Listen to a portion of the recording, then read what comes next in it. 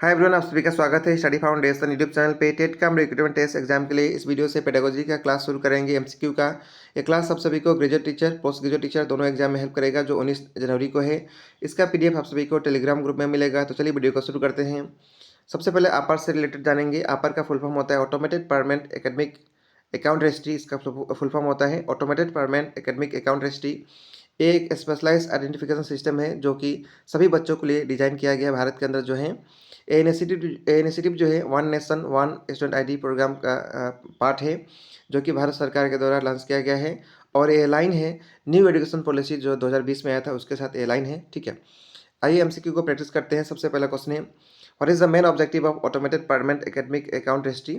यानी automated permanent academic account registry का main objective क्या है।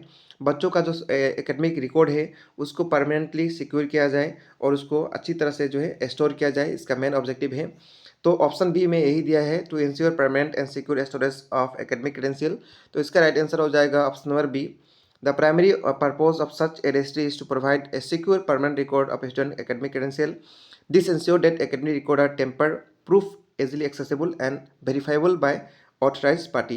यानी जब ऑथराइज पार्टी चाहेगा बच्चों का जो क्रेडेंशियल है वो आसानी से एक्सेसिबल कर पाएगा। ठीक है, इसके माध्यम से। नेक्स्ट क्वेश्चन है, which technology is most suitable for ensuring data integrity in academic account registry. Academic account registry के अंदर कौन सा जो है टेक्नोलॉजी काम कर रहा है डाटा को स्टोर करने के लिए, उसका नाम है ब्लॉकचेन टेक्नोलॉजी। तो राइट आंसर होगा option number A. Next question है, व्हाट इज ए की advantage of automated permanent academic account registry for student. यानी इसका सबसे मुख्य जो है अपर का जो है मुख्य एडवांटेज क्या है। Faster access to academic record, high grade due to automation, free academic resource, automated exam remind. तो इसका सबसे बढ़िया एडवांटेज है faster access to academic record. जो भी एकेडमिक रिकॉर्ड है उसको बहुत आसानी से और बहुत तुरंत एक्सेस किया जा सकता है। ठीक है, तो इसलिए राइट आंसर होगा option number A. Student can quickly assess their academic record through this such system, which reduce the dependency on manual process and ensure timely access for application like higher education or job opportunity। यानी इसके माध्यम से अपर के माध्यम से बच्चों का जो रिकॉर्ड है वो आसानी से एक्सेस कर पाएगा जब चाहेगा, जब जैसे कि हायर एजुकेशन के लिए या जॉब अपॉर्चुनिटी के लिए आसानी से वो एक्सेस कर पाएगा। ठीक है, इसके बाद नेक्स्ट क्वेश्चन है, what challenge might arise in implementing automated permanent academic account registry. APAAR को इम्प्लीमेंट करते समय क्या जो है प्रॉब्लम आ सकता है। Resistance to technology adoption by institution, यानी जो भी स्कूल है या फिर इंस्टीट्यूशन है वो टेक्नोलॉजी को उसको आसानी से एडोप्ट नहीं कर पाएगा, ये प्रॉब्लम आ सकता है। तो राइट आंसर होगा option number A. Institution might face challenges like resistance to adopting new technology, lack of infrastructure or concern about data privacy and security। यानी जब स्कूल या इंस्टीट्यूशन इसको जब अप्लाई करेंगे या अप्लाई कर रहे हैं उसको उनको जो है इस टेक्नोलॉजी को एडोप्ट करने में प्रॉब्लम आ सकता है, या उनका इंफ्रास्ट्रक्चर ऐसा नहीं है जो आसानी से इसको एडोप्ट कर पाए, या डाटा प्राइवेसी या सिक्योरिटी वो भी मेन उद्देश्य हो सकता है, क्योंकि बहुत सारे पेरेंट्स जो है डाटा जो है शेयर करना नहीं चाहेंगे। ठीक है, प्राइवेसी के कारण। तो यही राइट आंसर होगा इसका। नेक्स्ट क्वेश्चन है, who benefit most from N automated permanent academic account registry. इससे जो है कौन ज़्यादा बेनिफिट, किसको ज़्यादा बेनिफिट मिलेगा। इसको जो एम्प्लॉयर है वेरीफाइंग कैंडिडेट क्वालिफिकेशन उनको भी मदद मिलेगा। स्टूडेंट्स एक्सेस देयर क्रेडेंशियल बच्चों को भी मिलेगा। एजुकेशनल इंस्टीट्यूशन जो है वो आसानी से रिकॉर्ड को मेंटेन कर पाएंगे, यानी सभी को इससे जो है फायदा होने वाला है। तो राइट आंसर होगा option number D. All stakeholder benefit from this system. Employer can easily verify credential, student can access their record conventionally and institution can streamline record management process। ठीक है, इसके बाद नेक्स्ट हम लोग एक और इम्पोर्टेंट टॉपिक डिस्कस करेंगे, chief minister Nijut Moina scheme. यह असम सरकार का one of the famous scheme है। ये स्कीम जो है गर्ल्स स्टूडेंट के लिए जो है लॉन्च किया गया है। जो भी गर्ल्स स्टूडेंट गवर्नमेंट या वेंचर एजुकेशन इंस्टीट्यूशन के अंदर पढ़ रहे हैं, हायर सेकेंडरी फर्स्ट ईयर के अंदर पढ़ रहे हैं, या फिर graduation BA BSc BCom first year के अंदर, या पोस्ट ग्रेजुएशन के अंदर एमए एमएससी एमकॉम या बीएड फर्स्ट ईयर के अंदर। तो याद रखना है सभी फर्स्ट ईयर के लिए लॉन्च किया गया है, हायर सेकेंडरी फर्स्ट ईयर या फिर ग्रेजुएशन फर्स्ट ईयर या पोस्ट ग्रेजुएशन फर्स्ट ईयर। ठीक है, इसके अंदर जो है इसका मेन ऑब्जेक्टिव क्या है इस स्कीम का, increase the enrolment of girls student in higher education. Higher education के अंदर जो गर्ल्स का एनरोलमेंट है उसको इंक्रीज करना इसका मेन उद्देश्य है। Pave the way for more girls student in the state to access higher education, यानी हायर एजुकेशन जो बच्चियां हैं उनको आसानी से वो एसेस कर पाएँ, ये भी इसका मेन उद्देश्य है। Contribute to prevention of child marriage, इससे चाइल्ड मैरिज भी जो है प्रिवेंट हो सकेगा। ठीक है, इसका बेनिफिट क्या है स्कीम का, जो भी एलिजिबल गर्ल्स स्टूडेंट हैं क्लास 11 के अंदर यानी एचएस फर्स्ट ईयर के अंदर हैं, उनको जो है 1000 पर मंथ मिलेगा 10 महीना साल के अंदर, और टोटल साल के अंदर 10,000 रुपया मिलेगा, यानी 1,000 रुपया करके 10 महीना टोटल मिलेगा 10,000 पर ईयर, ठीक है। और यदि बीए, बीएससी, बीकॉम यानी ग्रेजुएशन फर्स्ट ईयर के अंदर हैं बच्चियाँ, तो उनको मिलेगा 1250 रुपीज़ पर मंथ, 10 महीना मिलेगा, यानी साल में मिलेगा 12,500, ठीक है।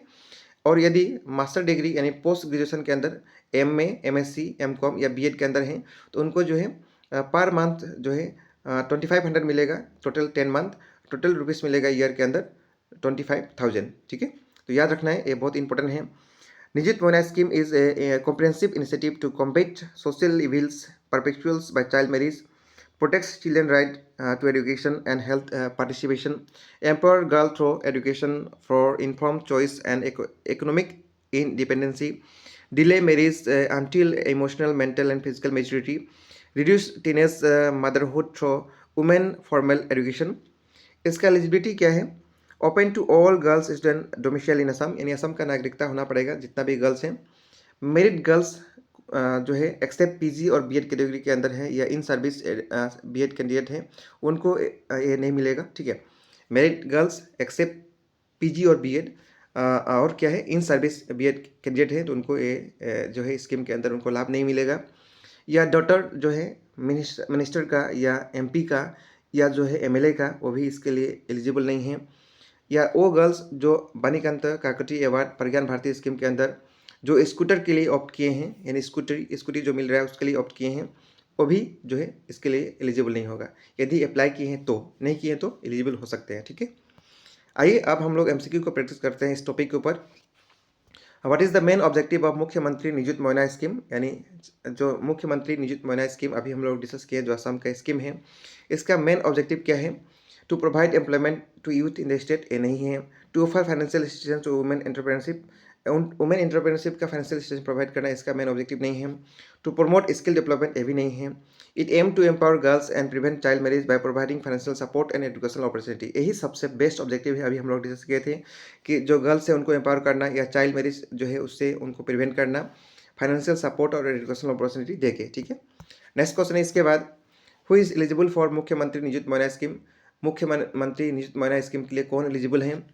The applicant must not merit except for those in PG and BEd category, यानी जो एप्लीकेंट है वो मेरिट नहीं होना होगा सिवाय पीजी या बीएड कैटेगरी को छोड़ के। The applicant must not be in service नहीं होना चाहिए एक्सेप्ट बीएड कोर्स या ऑन ड्यूटेशन, ठीक है, ये याद रखना है। एक कंडीशन नेक्स्ट है, the applicant must not be daughter of minister MP MLA, यानी मिनिस्टर एमपी एमएलए का डॉटर नहीं होना चाहिए। The applicant must not receiving a scooter under Banikanta Kakati Pragyan Bharati scheme unless they choose to opt out the scooter, यानी प्रज्ञान Bharati scheme के तहत जो scooter opt है वो जो है उनको अप्लाई करना नहीं होना होगा, तो इसके लिए जो है एलिजिबल है। सभी यहाँ सभी कंडीशन जो चारों दिया गया है वो राइट है मुख्यमंत्री निजुत मोइना स्कीम के लिए, तो राइट आंसर हो जाएगा option number E, all of the above, ठीक है। इसके बाद नेक्स्ट क्वेश्चन है, what is the financial support given under मुख्यमंत्री निजुत मोइना स्कीम, क्या फाइनेंशियल सपोर्ट दिया जाता है? जो भी फाइनेंशियल सपोर्ट दिया जाता है गर्ल्स के लिए हायर सेकेंडरी डिग्री या पोस्ट ग्रेजुएशन प्रोग्राम के अंदर, उनको जो है हायर सेकेंडरी फर्स्ट ईयर के लिए ईयरली जो है 10,000 रुपीज़ दिया जाएगा, और जो है जो नेक्स्ट डिग्री के अंदर है यानी ग्रेजुएशन के अंदर है उनको जो है 12,500 दिया जाएगा ईयरली, और जो पोस्ट ग्रेजुएशन के अंदर है उनको 25,000 ईयरली दिया जाएगा, ठीक है। तो इसका राइट आंसर हो जाएगा ऑप्शन नंबर बी। तो हम लोग इस वीडियो के अंदर 2 टॉपिक डिस्कस किए जो इंपॉर्टेंट पॉइंट है उनके अंदर, और हम लोग एमसीक्यू को प्रैक्टिस किए। इसी प्रकार हम लोग प्रैक्टिस करते रहेंगे, मिलेंगे अपकमिंग क्लास के अंदर। Thank you.